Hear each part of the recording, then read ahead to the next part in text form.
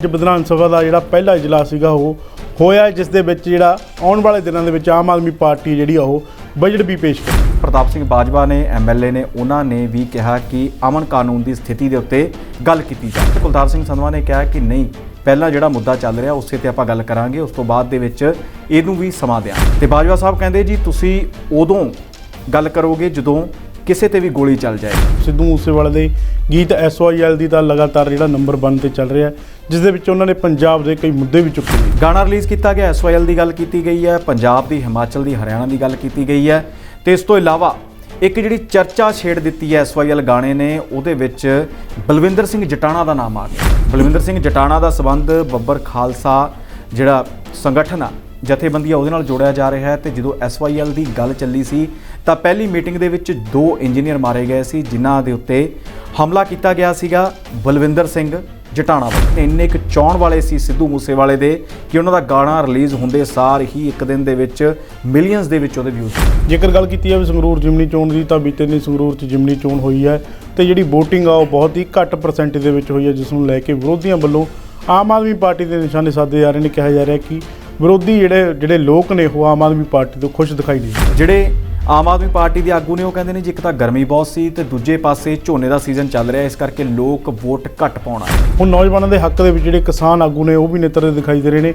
कई थावां ते किसान जथेबंदियां ने इसनूं लैके धरना प्रदर्शन किया, जबकि सरकार कह चुकी है कि अग्निपथ योजना किसी भी हाल दे विच वापस नहीं होवेगी ते भर्ती प्रक्रिया भी जुलाई के पहले हफ्ते दे विच शुरू कर दी जाएगी। तिन्नां सेनावां दे विच भर्ती होवेगी। विशेष कह तां ये भी कह चुके हैं कि 4 लाख ट्रैक्टर तैयार खड़ा है, जदों भी कोई सद्दा आया, जदों भी सानूं लग्गिया तां असीं दिल्ली वाल नूं फिर ट्रैक्टर तोड़ देंगे। तो जलंधर दे विच पुलिस नूं एक वड्डी सफलता प्राप्त हुई है। पुलिस ने 19 गैंगस्टरां नूं जिहड़ा काबू किया, जिन्हां दे कोलों कुछ हथियार अते विदेशी करंसी भी बरामद हुई। 19 गैंगस्टर फड़े ने, इन्हां दे विचों कई शूटर भी ने, पूरे ट्रेंड शूटर ने, निशानेबाज ने, जिन्हां नूं सुपारी दित्ती जांदी। सिद्धू मूसेवाला कतलकांड दे विच 2 जिहड़े होर गैंगस्टर ने उन्हां नूं काबू किया। बिल्कुल जदों दा लॉरेंस बिश्नोई ने खुलासे करने शुरू किए ने, रिमांड ते लिआंदा, उदों तो गैंगस्टरां की धरपकड़ भी शुरू हो चुकी है। आम आदमी पार्टी के MLA की तां उन्हां नूं भी धमकी मिली है। अक्सर जिहड़े लीडर ने तां वड्डी नामी हस्तियां ने, उन्हां नूं लगातार जिहड़ी गैंगस्टरां वल्लों धमकियां मिल रही, तो उत्थे हुण आम आदमी पार्टी के MLA ने संजीव झा उन्हां नूं गैंगस्टर नीरज बवानिया के नाम तो जानों मारन की धमकी मिली है ते नाल ही 10 लाख रुपये मंगे गए। आम आदमी पार्टी सरकार वालों लगातार जिहड़े कांग्रेस के साबका विधायक ने उन्हां उत्ते निशाने साधे जा रहे हैं। तो उत्ते हुण कांग्रेस के प्रधान जिहड़े पंजाब दे ने राजा वड़िंग, तां उन्हां नूं भी लैके जिहड़ा उन्हां दी जांच बिठा दित्ती। इन्हां बसां दे लई पर बस के हिसाब नाल 2 लाख रुपया वध अदा किया गया, यानी जिहदी वो बॉडी लगाउण दी जिन्नी कीमत सी उहनूं बनाउण दी बस नूं, उस तो पर बस के हिसाब नाल 2 लाख तो वध पैसे दिते गए हैं। तो जिस दे चलदिआं खजाने नूं लगभग पौने 17 करोड़ यानी 16.84 करोड़ रुपए का नुकसान होया। सो यदी भी हुण जांच होवेगी, देखना होवेगा कि राजा वड़िंग की प्रतिक्रम दिंदे ने ते मान सरकार राजा वड़िंग दे उत्ते कदों अपना शिकंजा कसदी है ते कदों उन्हां नूं पुछगिछ लई लिआउंदी है।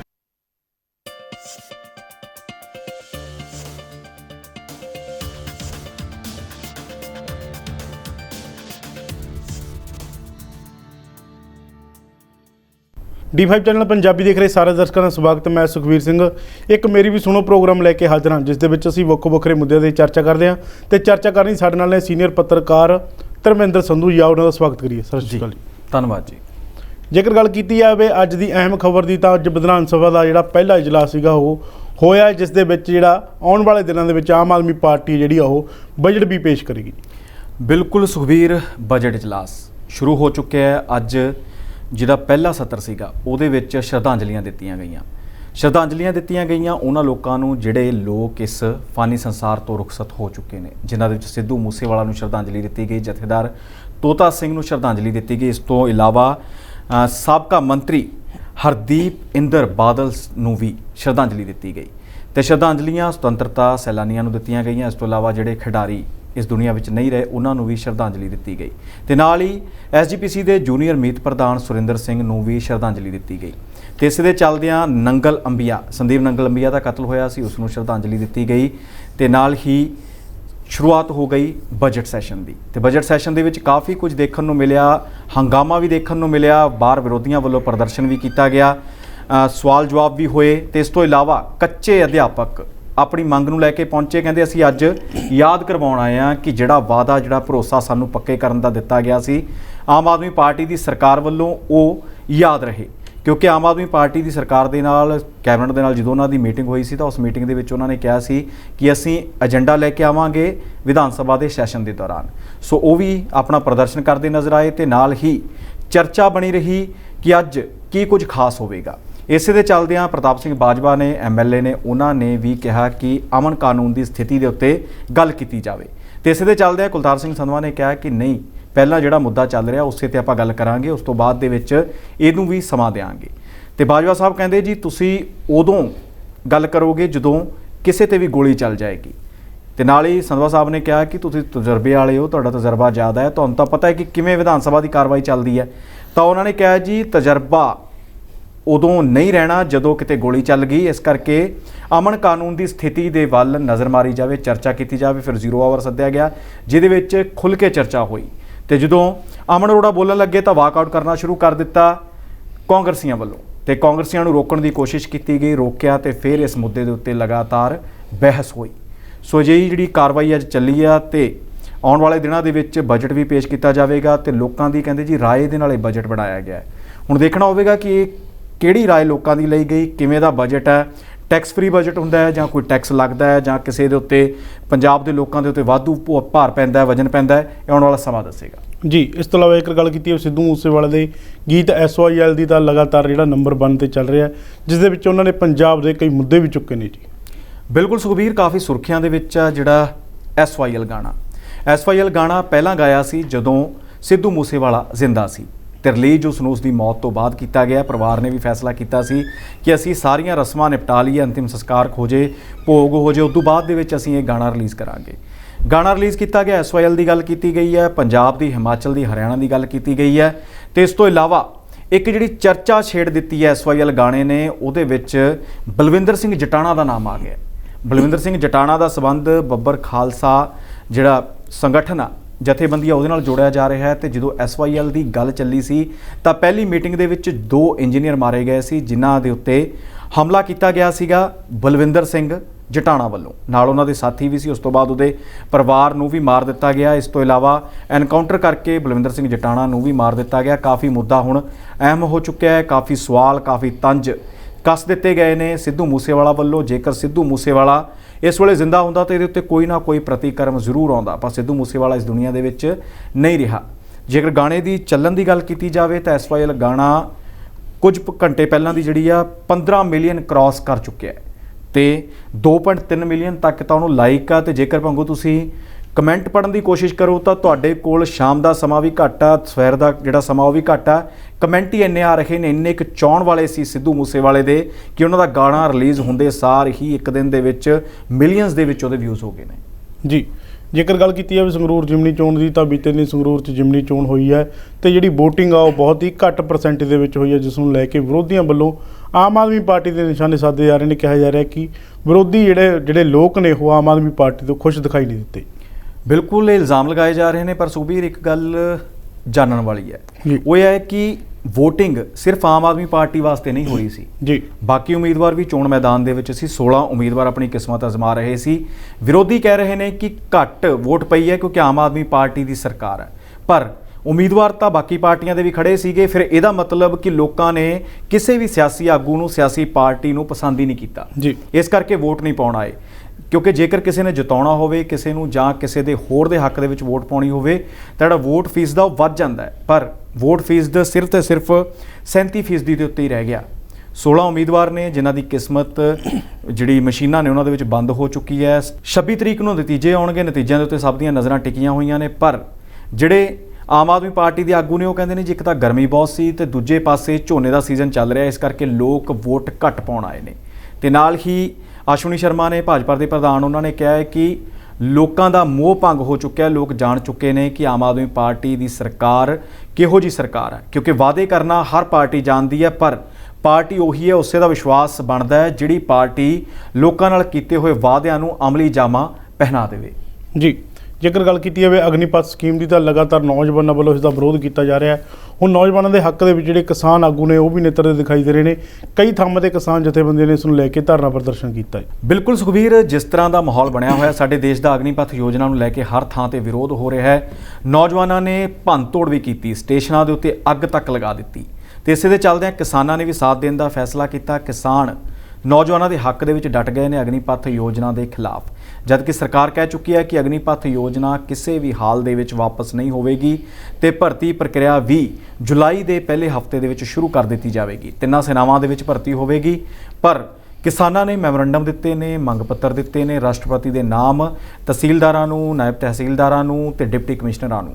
ਪੂਰੇ ਦੇਸ਼ ਭਰ ਦੇ ਵਿੱਚ ਖਾਸ ਕਰ ਪੰਜਾਬ ਦੇ ਵਿੱਚ ਪ੍ਰਦਰਸ਼ਨ ਕੀਤੇ ਗਏ ਨੇ। ਸੰਯੁਕਤ ਕਿਸਾਨ ਮੋਰਚੇ ਨਾਲ ਜਿੰਨੀਆਂ ਜਥੇਬੰਦੀਆਂ ਜੁੜੀਆਂ ਹੋਈਆਂ ਨੇ ਉਹਨਾਂ ਵੱਲੋਂ ਤੇ ਵਿਰੋਧ ਇਹੀ ਕੀਤਾ ਜਾ ਰਿਹਾ ਹੈ ਕਿ ਅਗਨੀਪਥ ਯੋਜਨਾ ਨੂੰ ਵਾਪਸ ਲਿਆ ਜਾਵੇ, ਕਿਉਂਕਿ ਜਿਹੜੇ ਨੌਜਵਾਨ ਨੇ ਜਿਹੜੇ ਭਰਤੀ ਹੋਣਾ ਚਾਹੁੰਦੇ ਸੀ ਫੌਜ 'ਚ, ਉਹਨਾਂ ਦਾ ਭਵਿੱਖ ਦਾਅ 'ਤੇ ਲੱਗ ਚੁੱਕਿਆ। 4 ਸਾਲ ਵਾਸਤੇ ਜੇਕਰ ਭਰਤੀ ਕੀਤਾ ਜਾਂਦਾ ਤਾਂ 4 ਸਾਲਾਂ ਦੇ ਬਾਅਦ ਉਹ ਨੌਜਵਾਨ ਕੀ ਕਰਨਗੇ? ਸੋ ਵੱਡੇ ਸਵਾਲ ਨੇ, ਇਸ ਕਰਕੇ ਪ੍ਰਦਰਸ਼ਨ ਕੀਤੇ ਗਏ ਨੇ। ਰਾਕੇਸ਼ ਟਕੈਤ ਤਾਂ ਇਹ ਵੀ ਕਹਿ ਚੁੱਕੇ ਨੇ ਕਿ 4 ਲੱਖ ਟਰੈਕਟਰ ਤਿਆਰ ਖੜਾ ਹੈ, ਜਦੋਂ ਵੀ ਕੋਈ ਸੱਦਾ ਆਇਆ, ਜਦੋਂ ਵੀ ਸਾਨੂੰ ਲੱਗਿਆ ਤਾਂ ਅਸੀਂ ਦਿੱਲੀ ਵੱਲ ਨੂੰ ਫਿਰ ਟਰੈਕਟਰ ਤੋਰ ਦੇਣੇ ਨੇ। ਜੀ, ਇਸ ਤੋਂ ਇਲਾਵਾ ਇੱਕ ਗੱਲ ਕੀਤੀ ਜਾਵੇ ਜਲੰਧਰ ਦੀ, ਤਾਂ ਜਲੰਧਰ ਦੇ ਵਿੱਚ ਪੁਲਿਸ ਵੱਲੋਂ ਇੱਕ ਵੱਡੀ ਸਫਲਤਾ ਪ੍ਰਾਪਤ ਹੋਈ ਆ। ਪੁਲਿਸ ਨੇ 19 ਗੈਂਗਸਟਰਾਂ ਨੂੰ ਜਿਹੜਾ ਕਾਬੂ ਕੀਤਾ, ਜਿਨ੍ਹਾਂ ਦੇ ਕੋਲੋਂ ਕੁਝ ਹਥਿਆਰ ਅਤੇ ਵਿਦੇਸ਼ੀ ਕਰੰਸੀ ਬਰਾਮਦ ਹੋਈ ਹੈ। ਜੀ ਪੰਗੂਏ 19 ਗੈਂਗਸਟਰ ਭਿੰਦਾ ਗੈਂਗ ਦੇ ਨਾਲ ਜੁੜੇ ਹੋਏ ਦੱਸੇ ਜਾ ਰਹੇ ਨੇ। ਜੀ, ਜਲੰਧਰ ਦੀ ਪੁਲਿਸ ਨੇ ਕਾਰਵਾਈ ਕਰਦਿਆਂ ਹੋਏ ਇਹਨਾਂ ਨੂੰ ਗ੍ਰਿਫਤਾਰ ਕਰ ਲਿਆ। ਹਥਿਆਰ ਬਰਾਮਦ ਕੀਤੇ ਗਏ ਨੇ, ਗੱਡੀਆਂ ਬਰਾਮਦ ਕੀਤੀਆਂ ਗਈਆਂ ਨੇ ਤੇ ਵੱਡੀ ਗੱਲ ਵਿਦੇਸ਼ੀ ਕਰੰਸੀ ਵੀ ਬਰਾਮਦ ਕੀਤੀ ਗਈ ਹੈ। ਜਿਹੜੇ ਐਸਐਸਪੀ ਨੇ ਜਲੰਧਰ ਦੇ, ਉਹਨਾਂ ਨੇ ਪ੍ਰੈਸ ਕਾਨਫਰੰਸ ਕੀਤੀ, ਉਹਦੇ ਵਿੱਚ ਕਾਫੀ ਖੁਲਾਸੇ ਕੀਤੇ ਨੇ। ਕਹਿੰਦੇ ਜੀ ਇਹਨਾਂ ਦੇ ਵਿੱਚੋਂ ਜਿਹੜੇ ਸ਼ੂਟਰ ਨੇ, 19 ਗੈਂਗਸਟਰ ਫੜੇ ਨੇ, ਇਹਨਾਂ ਦੇ ਵਿੱਚੋਂ ਕਈ ਸ਼ੂਟਰ ਵੀ ਨੇ, ਪੂਰੇ ਟ੍ਰੇਨਡ ਸ਼ੂਟਰ ਨੇ, ਨਿਸ਼ਾਨੇਬਾਜ਼ ਨੇ, ਜਿਨ੍ਹਾਂ ਨੂੰ ਸੁਪਾਰੀ ਦਿੱਤੀ ਜਾਂਦੀ ਸੀ ਤੇ ਇਹਨਾਂ ਦੇ ਉੱਤੇ ਪਹਿਲਾਂ ਵੀ ਕਈ ਮਾਮਲੇ ਦਰਜ ਨੇ। ਇਹ ਡਕੈਤੀ ਦੀਆਂ ਵਾਰਦਾਤਾਂ ਨੂੰ ਅੰਜਾਮ ਦੇ ਚੁੱਕੇ ਨੇ, ਲੁੱਟ ਖੋਹ ਕਰਦੇ ਸੀ, ਲੋਕਾਂ ਤੋਂ ਫਿਰੌਤੀ ਮੰਗਦੇ ਸੀ ਤੇ ਇਸ ਤੋਂ ਇਲਾਵਾ ਨਸ਼ਾ ਤਸਕਰੀ ਤੇ ਹਥਿਆਰ ਤਸਕਰੀ ਦੇ ਨਾਲ ਵੀ ਜੁੜੇ ਹੋਏ ਸੀ। ਤੇ ਨਾਲ ਹੀ ਪਲਵਿੰਦਰ ਸਿੰਘ ਉਰਫ ਭਿੰਦਾ ਜਿਹੜਾ ਹੈਗਾ ਉਹ ਇਸ ਗੈਂਗ ਦਾ ਕਿੰਗ ਪਿਨ ਦੱਸਿਆ ਜਾ ਰਿਹਾ ਹੈ ਤੇ ਨਾਭਾ ਜੇਲ੍ਹ ਬ੍ਰੇਕ ਹੋਇਆ ਸੀਗਾ, ਉਹਦੇ ਵਿੱਚ ਵੀ ਇਹਦੀ ਸ਼ਮੂਲੀਅਤ ਦੱਸੀ ਜਾ ਰਹੀ ਹੈ ਕਿ ਭਿੰਦਾ ਦਾ ਕਾਫੀ ਨਾਮ ਸੁਰਖੀਆਂ ਦੇ ਵਿੱਚ ਆ ਗਿਆ ਸੀ। ਜਦੋਂ ਨਾਭਾ ਦੀ ਜੇਲ੍ਹ ਨੂੰ ਬ੍ਰੇਕ ਕੀਤਾ ਗਿਆ ਸੀ, ਉੱਥੋਂ ਜਿਹੜੇ ਗੈਂਗਸਟਰ ਸੀ, ਕੈਦੀ ਸੀ, ਉਹਨਾਂ ਨੂੰ ਬਾਹਰ ਭਜਾਇਆ ਗਿਆ ਸੀ। ਸੋ ਜਦੋਂ ਦਾ ਸਿੱਧੂ ਮੂਸੇਵਾਲੇ ਦਾ ਕਤਲ ਹੋਇਆ ਉਸ ਤੋਂ ਬਾਅਦ ਦੇ ਵਿੱਚ ਸਰਕਾਰ ਵੱਲੋਂ ਲਗਾਤਾਰ ਗ੍ਰਿਫਤਾਰੀਆਂ ਕੀਤੀਆਂ ਜਾ ਰਹੀਆਂ ਨੇ। ਲਗਾਤਾਰ ਸਰਕਾਰ ਗੈਂਗਸਟਰਾਂ ਨੂੰ ਠੱਲ ਪਾਉਣ ਦੀ ਕੋਸ਼ਿਸ਼ ਦੇ ਵਿੱਚ ਹੈ। ਜਿੱਥੇ ਵੀ ਕੋਈ ਕਨਸੋ ਮਿਲਦੀ ਹੈ, ਪੁਲਿਸ ਵੱਲੋਂ ਕਾਰਵਾਈ ਕੀਤੀ ਜਾਂਦੀ ਹੈ ਤੇ ਨਾਲ ਦੀ ਨਾਲ ਇਹਨਾਂ ਨੂੰ ਕਾਬੂ ਕਰ ਲਿਆ ਜਾਂਦਾ ਹੈ। ਜੀ, ਇਸ ਤੋਂ ਇਲਾਵਾ ਇੱਕ ਗੱਲ ਕੀਤੀ ਜਾਵੇ ਸੰਗਰੂਰ ਦੀ, ਤਾਂ ਸੰਗਰੂਰ ਤੋਂ ਇੱਕ ਮਹਿਲਾ ਜਈ ਨੂੰ ਜਿਹੜਾ ਗ੍ਰਿਫਤਾਰ ਕੀਤਾ ਹੈ, ਜੋ ਕਿ ਰਿਸ਼ਵਤ ਮੰਗ ਰਹੀ ਸੀ ਜਾਂ ਰਿਸ਼ਵਤ ਲੈ ਰਹੀ ਸੀ ਉਸ ਮਾਮਲੇ ਦੇ ਵਿੱਚ, ਕਿਉਂਕਿ ਪੰਜਾਬ ਦੇ ਵਿੱਚ ਆਮ ਆਦਮੀ ਪਾਰਟੀ ਸਰਕਾਰ ਅਤੇ ਲਗਾਤਾਰ ਜਿਹੜਾ ਭ੍ਰਿਸ਼ਟਾਚਾਰ ਦੇ ਖਿਲਾਫ ਆਪਣੇ ਐਕਸ਼ਨ ਕਰ ਰਹੀ ਹੈ। ਜੀ ਬਿਲਕੁਲ ਸੁਖਬੀਰ, ਸੰਗਰੂਰ ਦੇ ਦਿੜਬਾ ਦਾ ਮਾਮਲਾ ਹੈ, ਜਿੱਥੇ ਇੱਕ ਕਿਸਾਨ ਨੇ ਟਰਾਂਸਫਾਰਮਰ ਲਾਇਆ ਹੋਇਆ ਸੀ। ਟਰਾਂਸਫਾਰਮਰ ਦਾ ਜਿਹੜਾ ਸੀਗਾ ਉਹ ਸੀ 16 ਹਾਰਸ ਪਾਵਰ ਦਾ ਤੇ ਜਿਹੜੀ ਮੋਟਰ ਲਾਈ ਹੋਈ ਸੀ ਉਹ 15 ਹਾਰਸ ਪਾਵਰ ਦੀ ਸੀ। ਇਸੇ ਦੇ ਚੱਲਦਿਆਂ ਉਸ ਨੂੰ ਕਿਹਾ ਗਿਆ ਕਿ ਤੇਰਾ ਜਿਹੜਾ ਟਰਾਂਸਫਾਰਮਰ ਆ ਉਹਦਾ ਲੋਡ ਵਧਾਉਣਾ ਹੈ ਤੇ ਤੈਨੂੰ ਘੱਟੋ ਘੱਟ 25 ਹਾਰਸ ਪਾਵਰ ਦਾ ਟਰਾਂਸਫਾਰਮਰ ਚਾਹੀਦਾ। ਜਿਹੜੇ ਮਹਿਲਾ ਜਈ ਆ ਉਹਨੇ ਕਿਹਾ ਤੇ ਜਦੋਂ ਉਹਨੇ ਕਿਹਾ ਕਿ ਗੇੜੇ ਗੂੜੇ ਮਾਰਨੇ ਸ਼ੁਰੂ ਕਰਤੇ ਜਾ ਕੇ ਕਿਸਾਨ ਨੇ ਕਿ ਚਲੋ ਜੀ ਤੁਸੀਂ ਕਹਿੰਦੇ ਹੋ ਤਾਂ ਆਪਾਂ ਵਧਾ ਲੈਂਦੇ ਆ, ਤੇ ਜਦੋਂ ਗੇੜੇ ਮਾਰ ਕੇ ਅੱਕ ਗਿਆ ਤਾਂ ਉਹਨੂੰ ਇਹ ਕਿਹਾ ਗਿਆ ਮਹਿਲਾ ਜਈ ਵੱਲੋਂ ਕਿ ਜੇਕਰ ਤੁਸੀਂ ਚਾਹੁੰਦੇ ਹੋ ਤੁਹਾਡਾ ਕੰਮ ਘੰਟੇ ਦੇ ਵਿੱਚ ਹੋ ਜੇ ਤਾਂ ਤੁਹਾਨੂੰ ਥੋੜੀ ਜਿਹੀ ਜੇਬ ਢਿੱਲੀ ਕਰਨੀ ਪੈਣੀ ਆ ਤੇ 4000 ਰੁਪਏ ਦੀ ਰਿਸ਼ਵਤ ਦੀ ਮੰਗ ਕੀਤੀ ਗਈ ਸੀ। ਜਈ ਨੂੰ ਰੰਗੇ ਹੱਥੀਂ ਕਾਬੂ ਕਰ ਲਿਆ ਹੈ।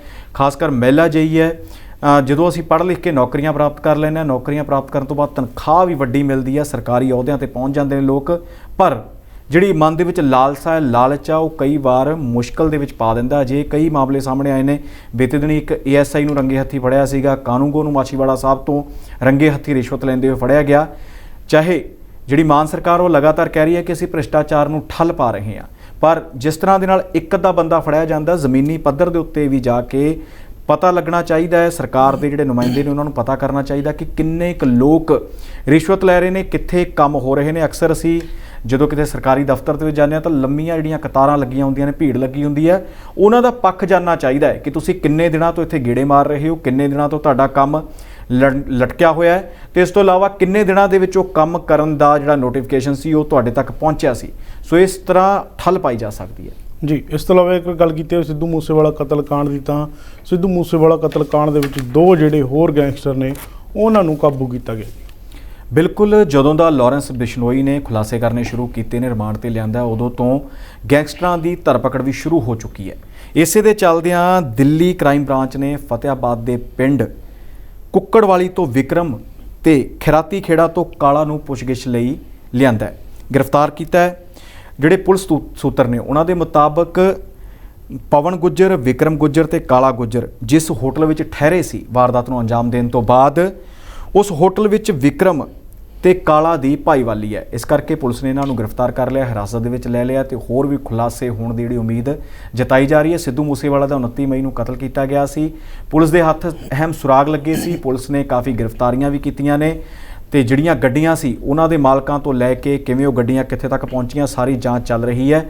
ਤੇ ਹੁਣ ਦੇਖਣਾ ਹੋਵੇਗਾ ਕਿ ਇਹ ਜਿਹੜੇ 2 ਵਿਅਕਤੀ ਫੜੇ ਗਏ ਨੇ, ਗੈਂਗਸਟਰ ਫੜੇ ਗਏ ਨੇ, ਇਹ ਹੋਰ ਕੀ ਖੁਲਾਸੇ ਕਰਦੇ ਨੇ। ਜੀ, ਇਸ ਤੋਂ ਇਲਾਵਾ ਇੱਕ ਗੱਲ ਕੀਤੀ ਜਾਵੇ ਆਮ ਆਦਮੀ ਪਾਰਟੀ ਦੇ ਐਮਐਲਏ ਦੀ, ਤਾਂ ਉਹਨਾਂ ਨੂੰ ਵੀ ਧਮਕੀ ਮਿਲੀ ਆ। ਅਕਸਰ ਜਿਹੜੇ ਲੀਡਰ ਨੇ ਜਾਂ ਵੱਡੀ ਨਾਮੀ ਹਸਤੀਆਂ ਨੇ ਉਹਨਾਂ ਨੂੰ ਲਗਾਤਾਰ ਜਿਹੜੀ ਗੈਂਗਸਟਰਾਂ ਵੱਲੋਂ ਧਮਕੀਆਂ ਮਿਲ ਰਹੀਆਂ ਨੇ ਤੇ ਉੱਥੇ ਹੁਣ ਆਮ ਆਦਮੀ ਪਾਰਟੀ ਦੇ ਐਮਐਲਏ ਨੂੰ ਮਿਲੀ ਆ। ਸੁਖਬੀਰ, ਦਿੱਲੀ ਤੋਂ ਆਮ ਆਦਮੀ ਪਾਰਟੀ ਦੇ ਵਿਧਾਇਕ ਨੇ ਬੁਰਾੜੀ ਏਰੀਆ ਪੈਂਦਾ ਹੈ। ਜਦੋਂ ਅਸੀਂ ਦਿੱਲੀ ਦੇ ਵਿੱਚ ਐਂਟਰ ਹੁੰਦੇ ਹਾਂ ਤਾਂ ਬੁਰਾੜੀ ਏਰੀਆ ਸ਼ੁਰੂ ਹੋ ਜਾਂਦਾ ਹੈ। ਉੱਥੋਂ ਦੇ ਵਿਧਾਇਕ ਸੀਗੇ ਸੰਜੀਵ ਝਾ। ਉਹਨਾਂ ਨੂੰ ਗੈਂਗਸਟਰ ਨੀਰਜ ਬਵਾਨੀਆ ਦੇ ਨਾਮ ਤੋਂ ਜਾਨੋਂ ਮਾਰਨ ਦੀ ਧਮਕੀ ਮਿਲੀ ਹੈ ਤੇ ਨਾਲ ਹੀ 10 ਲੱਖ ਰੁਪਏ ਮੰਗੇ ਗਏ ਨੇ। ਇਸ ਦੀ ਉਹਨਾਂ ਨੇ ਰਿਪੋਰਟ ਕਰ ਦਿੱਤੀ ਹੈ। ਦਿੱਲੀ ਦੇ ਸਪੈਸ਼ਲ ਸੈੱਲ ਨੂੰ ਉਹਨਾਂ ਨੇ ਇਤਲਾਹ ਦਿੱਤੀ ਹੈ ਤਾਂ FIR ਤੱਕ ਦਰਜ ਹੋ ਚੁੱਕੀ ਹੈ ਤੇ ਨਾਲ ਹੀ ਮਾਮਲੇ ਦੇ ਵਿੱਚ ਕਾਰਵਾਈ ਸ਼ੁਰੂ ਹੋ ਚੁੱਕੀ ਹੈ। ਜਿਹੜਾ ਇਹ ਸੰਜੀਵ ਝਾ ਹੈ, MLA ਹੈ, ਇਹਨੇ ਜਿਹੜੀ ਸ਼ਿਕਾਇਤ ਦਰਜ ਕਰਵਾਈ ਹੈ ਉਹਦੇ ਮੁਤਾਬਕ ਉਹਨੇ ਕਿਹਾ ਕਿ ਮੈਨੂੰ ਫੋਨ ਆਇਆ ਸੀਗਾ, WhatsApp ਕਾਲ ਆਈ ਸੀ 20 ਮਈ ਨੂੰ।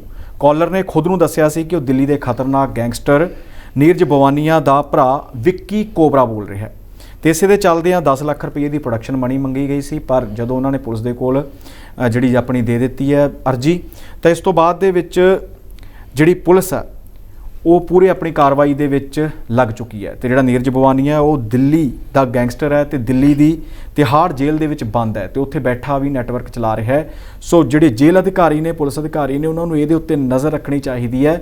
ਜਿਸ ਤਰ੍ਹਾਂ ਲਾਰੈਂਸ ਬਿਸ਼ਨੋਈ ਤਿਹਾੜ ਜੇਲ੍ਹ ਦੇ ਵਿੱਚ ਬੈਠਾ ਆਪਣਾ ਨੈਟਵਰਕ ਚਲਾ ਰਿਹਾ ਸੀ, ਉਸੇ ਤਰ੍ਹਾਂ ਹੀ ਨੀਰਜ ਬਵਾਨੀਆ ਵੀ ਆਪਣਾ ਜੇਲ੍ਹ 'ਚੋਂ ਹੀ ਨੈਟਵਰਕ ਚਲਾ ਰਿਹਾ ਹੈ। ਜੀ, ਇਸ ਤੋਂ ਇਲਾਵਾ ਜੇਕਰ ਗੱਲ ਕੀਤੀ ਜਾਵੇ ਕਰੋਨਾ ਦੀ, ਤਾਂ ਕਰੋਨਾ ਦੇ ਮਾਮਲੇ ਦੇਸ਼ ਦੇ ਵਿੱਚ ਜਿਹੜੇ ਲਗਾਤਾਰ ਉਹ ਵਧਦੇ ਜਾ ਰਹੇ ਨੇ। ਬਿਲਕੁਲ ਸੁਖਬੀਰ, ਜਿਹੜੇ ਕਰੋਨਾ ਦੇ ਮਾਮਲੇ ਨੇ ਇੱਕ ਵਾਰ ਫਿਰ ਵਧਦੇ ਹੋਏ ਨਜ਼ਰ ਆ ਰਹੇ ਨੇ। ਸਰਕਾਰ ਤੇ ਸਿਹਤ ਵਿਭਾਗ ਵੱਲੋਂ ਲੋਕਾਂ ਨੂੰ ehtiyat ਵਰਤਣ ਲਈ ਕਿਹਾ ਗਿਆ ਹੈ ਤੇ ਮਾਸਕ ਲਾਉਣ ਲਈ ਵੀ ਕਿਹਾ ਗਿਆ। ਜਿਹੜੇ ਲੋਕ ਭੀੜ-ਭਾੜ ਵਾਲੇ ਇਲਾਕਿਆਂ ਦੇ ਵਿੱਚ ਜਾਂਦੇ ਨੇ ਉਹਨਾਂ ਨੂੰ ਮਾਸਕ ਅਤੇ ਵੈਕਸੀਨੇਸ਼ਨ ਜ਼ਰੂਰੀ ਕਰਨ ਲਈ ਕਹਿ ਦਿੱਤਾ ਗਿਆ। ਹਾਲਾਂਕਿ ਇਹਦੇ ਲਈ ਜਿਹੜੇ ਸਖਤੀ ਨਾਲ ਨਿਰਦੇਸ਼ ਲਾਗੂ ਨਹੀਂ ਕੀਤੇ ਗਏ, ਪਰ ਫਿਰ ਵੀ ਲਗਾਤਾਰ ਜਿਹੜੇ ਵਾਧਾ ਹੋ ਰਿਹਾ ਉਸ ਨੂੰ ਰੋਕਥਾਮ ਵਾਸਤੇ ਲੋਕਾਂ ਨੂੰ ਆਪ ਵੀ ehtiyat ਵਰਤਣੀ ਚਾਹੀਦੀ ਹੈ ਤੇ ਨਾਲ ਹੀ ਜਿਹੜੇ 2 ਤੋਂ 7 ਸਾਲ ਤੇ 7 ਤੋਂ 11 ਸਾਲ ਤੱਕ ਦੇ ਬੱਚੇ ਨੇ ਉਹਨਾਂ ਨੂੰ ਵੀ ਵੈਕਸੀਨ ਲਗਾਉਣ ਦੀ ਮੰਗ ਕੀਤੀ ਗਈ ਹੈ। ਇਸ ਦੀਆਂ ਜਿਹੜੀਆਂ ਅਰਜ਼ੀਆਂ ਨੇ ਉਹ ਵੀ ਪਹੁੰਚਣੀਆਂ ਸ਼ੁਰੂ ਹੋ ਚੁੱਕੀਆਂ ਨੇ ਤੇ ਹੁਣ ਜਿਹੜਾ ਸੀਰਮ ਇੰਸਟੀਚਿਊਟ ਆਫ ਇੰਡੀਆ ਉਹ ਅਰਜ਼ੀਆਂ ਦੀ ਸਮੀਖਿਆ ਕਰਨ ਲੱਗ ਪਿਆ ਹੈ ਕਿ ਅਰਜ਼ੀਆਂ ਦੇ ਉੱਤੇ ਕਿਸ ਤਰ੍ਹਾਂ ਗੌਰ ਕੀਤਾ ਜਾਵੇ, ਕਿਉਂਕਿ ਬੱਚਿਆਂ ਦਾ ਮਾਮਲਾ ਸੈਂਸਿਟਿਵ ਮਾਮਲਾ ਹੈ। ਉਹਨਾਂ ਨੂੰ ਮੈਡੀਸਨ ਕਿੰਨੀ ਦੇਣੀ ਆ, ਕਦੋਂ ਦੇਣੀ ਆ, ਕਿੰਨੀ ਡੋਜ਼ ਦੇ ਵਿੱਚ ਦੇਣੀ ਆ, ਇਹਦੇ ਉੱਤੇ ਜਿਹੜੀ ਚਰਚਾ ਹੈ ਉਹ ਛਿੜ ਚੁੱਕੀ ਹੈ। ਆਮ ਆਦਮੀ ਪਾਰਟੀ ਸਰਕਾਰ ਵੱਲੋਂ ਲਗਾਤਾਰ ਜਿਹੜੇ ਕਾਂਗਰਸ ਦੇ ਸਾਬਕਾ ਵਿਧਾਇਕ ਨੇ ਉਹਨਾਂ ਉੱਤੇ ਨਿਸ਼ਾਨੇ ਸਾਧੇ ਜਾ ਰਹੇ ਨੇ ਤੇ ਉੱਥੇ ਹੁਣ ਕਾਂਗਰਸ ਦੇ ਪ੍ਰਧਾਨ ਜਿਹੜੇ ਪੰਜਾਬ ਦੇ ਨੇ ਰਾਜਾ ਵੜਿੰਗ, ਤਾਂ ਉਹਨਾਂ ਨੂੰ ਵੀ ਲੈ ਕੇ ਜਿਹੜਾ ਉਹਨਾਂ ਦੀ ਜਾਂਚ ਬਿਠਾ ਦਿੱਤੀ ਗਈ ਹੈ। ਬਿਲਕੁਲ ਸੁਖਬੀਰ, ਹੁਣ ਰਡਾਰ ਦੇ ਉੱਤੇ ਚੱਲ ਰਹੇ ਨੇ ਕਈ ਕਾਂਗਰਸੀ ਆਗੂ। ਸਭ ਤੋਂ ਪਹਿਲਾਂ ਧਰਮਸੋਤ ਦੇ ਉੱਤੇ ਸਾਧੂ ਸਿੰਘ ਧਰਮਸੋਤ ਸਾਬਕਾ ਜੰਗਲਾਤ ਮੰਤਰੀ, ਉਹਨਾਂ ਦੇ ਉੱਤੇ ਕਾਰਵਾਈ ਕੀਤੀ ਗਈ, ਹਿਰਾਸਤ ਦੇ ਵਿੱਚ ਭੇਜਿਆ ਗਿਆ। ਸੰਗਤ ਸਿੰਘ ਗਿਲਜੀਆਂ ਨੂੰ ਹਿਰਾਸਤ ਦੇ ਵਿੱਚ ਭੇਜਿਆ ਗਿਆ ਤੇ ਇਸ ਤੋਂ ਇਲਾਵਾ ਜਿਹੜੇ ਜੋਗਿੰਦਰਪਾਲ ਭੂਆ ਨੇ ਉਹਨਾਂ ਨੂੰ ਵੀ ਜ਼ਮਾਨਤ ਹੁਣ ਮਿਲ ਚੁੱਕੀ ਹੈ, ਪਰ ਉਹਨਾਂ ਨੂੰ ਵੀ ਗ੍ਰਿਫਤਾਰ ਕਰ ਲਿਆ ਗਿਆ ਸੀ।